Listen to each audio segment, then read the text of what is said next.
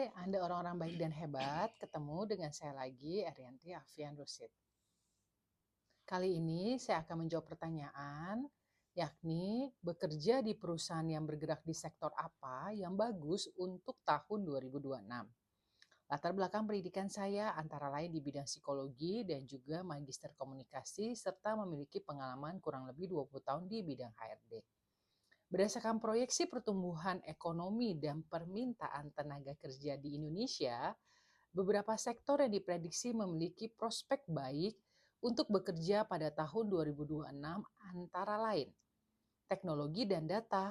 Alasannya, digitalisasi telah menjadi keharusan bagi perusahaan dari semua sektor, sehingga permintaan akan talenta digital terus meningkat. Selain itu, perkembangan kecerdasan buatan atau AI, machine learning, dan big data juga mendorong pertumbuhan sektor ini. Profesi yang banyak dicari, ahli AI atau machine learning, analisis data, ilmuwan data, dan spesialis keamanan cyber. Kemudian pemasaran dan ekonomi kreatif. Alasannya, cara konsumen berinteraksi dengan merek telah berubah total, didorong oleh media sosial dan konten digital. Perusahaan membutuhkan tenaga kerja yang mampu mengembangkan strategi pemasaran yang efektif dan memproduksi konten yang menarik. Kemudian, profesi yang banyak dicari, strategis pemasaran digital, pencipta konten, dan manajer konten. Berikutnya adalah bidang bisnis berkelanjutan dan ekonomi hijau.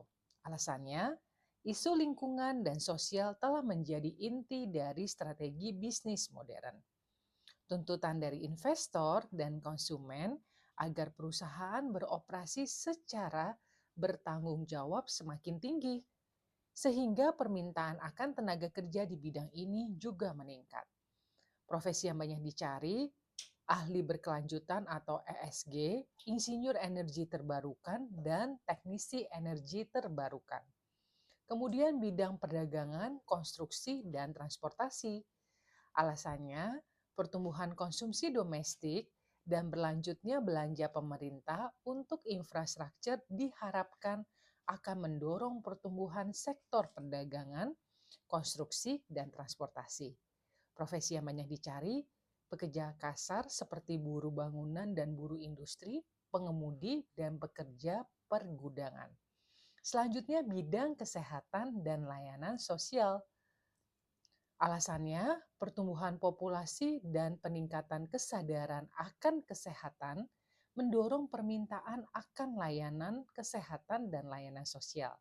Selain itu, perkembangan teknologi medis juga menciptakan peluang baru di sektor ini.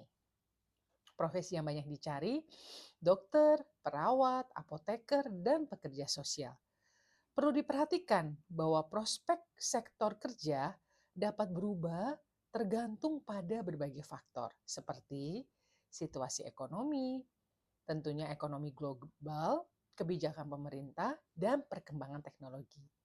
Oleh karena itu, disarankan untuk selalu memperbarui pengetahuan dan keterampilan tentunya agar tetap bisa berkompetisi di pasar kerja atau tetap kompetitif.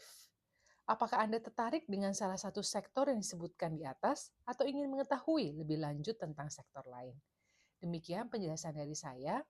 Terima kasih Anda orang baik dan hebat telah mengikuti konten saya. Pastinya kita akan ketemu lagi. Untuk para coach dan profesional lainnya, jika ingin ngobrol di konten saya bisa DM saya langsung ya. Terima kasih. Salam. Erianti Afian Rusid.